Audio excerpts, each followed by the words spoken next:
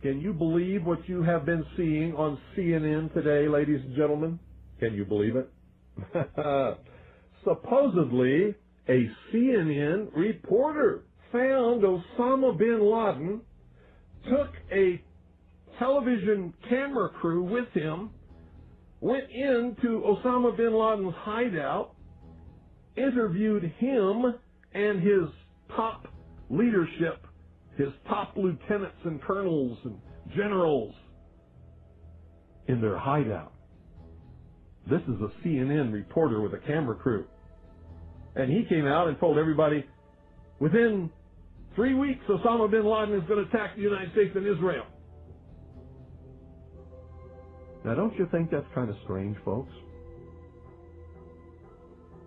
You see, because the largest intelligence apparatus in the world, with the biggest budget in the history of the world, has been looking for Osama bin Laden for years and years and years, and can't find him.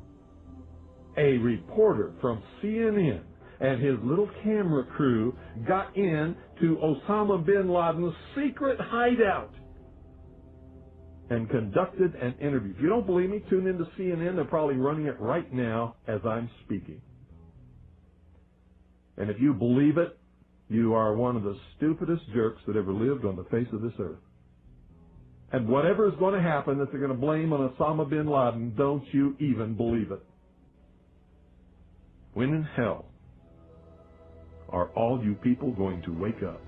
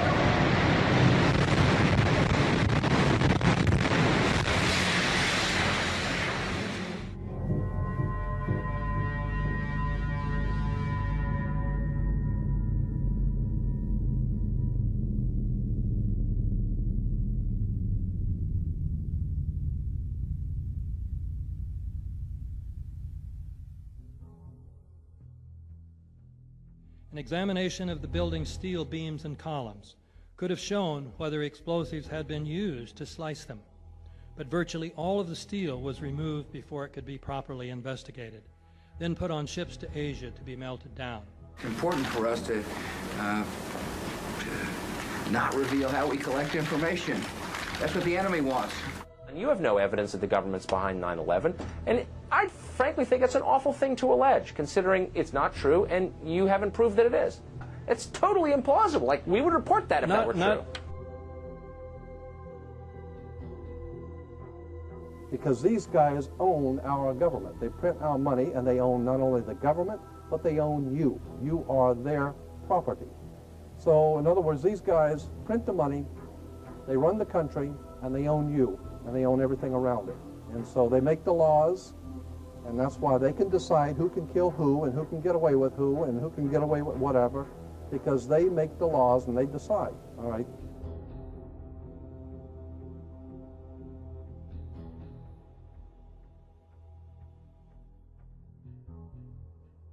On that day, what did the president say to you? The president, in a very intimidating way, left us, me and my staff, with the clear indication that he wanted us to come back with the word that there was an Iraqi hand behind 9/11, because they had been planning to do something about Iraq from before the time they came into office. Did he ask about any other nations other than Iraq? No, not at all. It was Iraq, Saddam, find out, get back to me. And were his questions more about Iraq than about al-Qaeda? Absolutely. Absolutely. He didn't ask me about al-Qaeda. And we said, but Iraq had nothing to do with this. And that didn't seem to make much difference.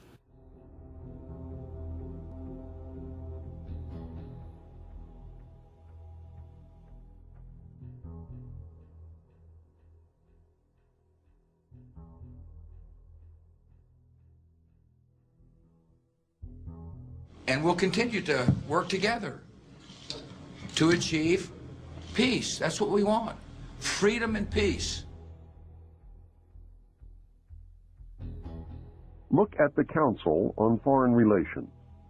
Many members, in fact, the majority, never serve on the executive committees. They never go through any initiation of any kind. They are, in fact, the power base and are used to gain a consensus of opinion. The majority are not really members, but are made to feel as if they are.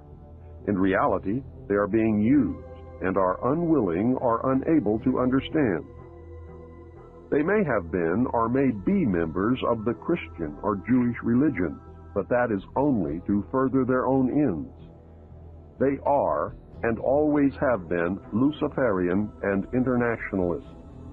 They give allegiance to no particular nation, although they have used, on occasion, nationalism to further their causes. Their only concern is to gain greater economic and political power. The ultimate objective of the leaders of both groups is identical. They are determined to win for themselves undisputed control of the wealth, natural resources, and manpower of the entire planet. They intend to turn the world into their conception of a Luciferian totalitarian socialist state. In the process, they will eliminate all Christians, Jews, and atheists. You have just learned one, but only one, of the great mystery.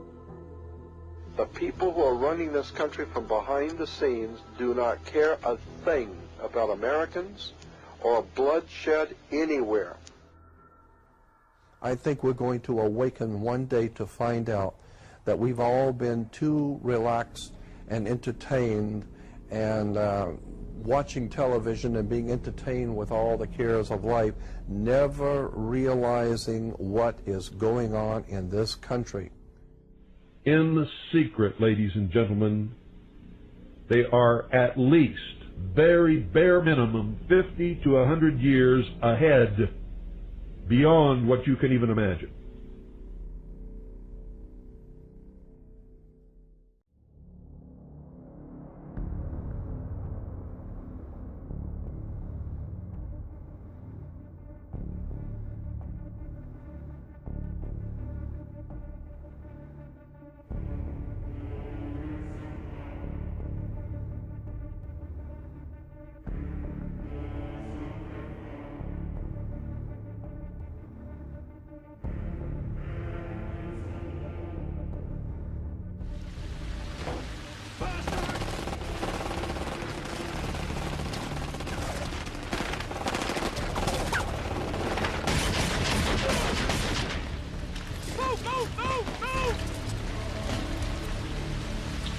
Turn the fucking water off!